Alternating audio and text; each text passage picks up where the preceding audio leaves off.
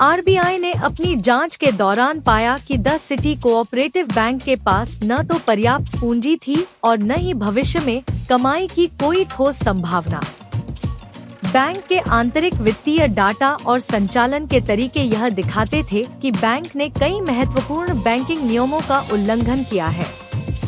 RBI का मानना था कि बैंक के इस प्रकार के कुप्रबंधन से ग्राहकों के हितों को गंभीर नुकसान हो सकता था। इसके अलावा रिजर्व बैंक ने यह भी पाया कि बैंक की वित्तीय स्थिति इतनी खराब हो गई थी कि वह अपने ग्राहकों को उनके जमा किए गए पैसे की पूरी राशि वापस नहीं कर सकता था।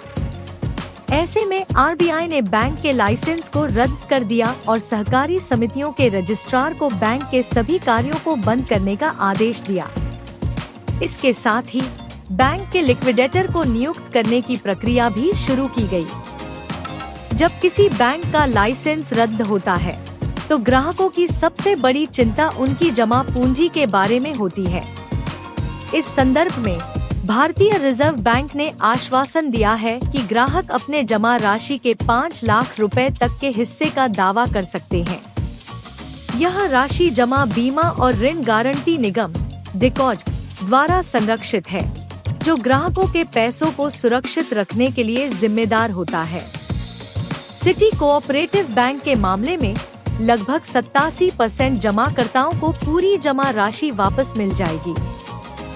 डिकॉज ने पहले ही 230 रुपए 99 पैसे करोड़ का भुगतान प्रक्रिया में डाल दिया है। इस भुगतान से बैंक के अधिकांश ग्राहकों को उनकी जमा राशि का पूरा भुगतान प्राप्त होगा और बैंकिंग सेवाओं की विफलता के कारण होने वाली चिंता को कम किया जाएगा। आरबीआई ने इस मामले में कड़ा रुख अपनाया है और यह सुनिश्चित किया है कि भारतीय बैंकिंग व्यवस्था की अखंडता बनी रहे।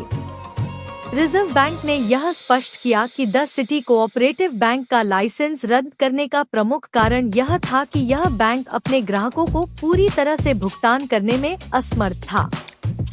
इसके अलावा इसका संचालन जनहित में नुकसानदेह साबित हो सकता था, जिससे पूरे बैंकिंग सेक्टर की सुरक्षा और ग्राहकों के विश्वास पर नकारात्मक असर पड़ सकता था।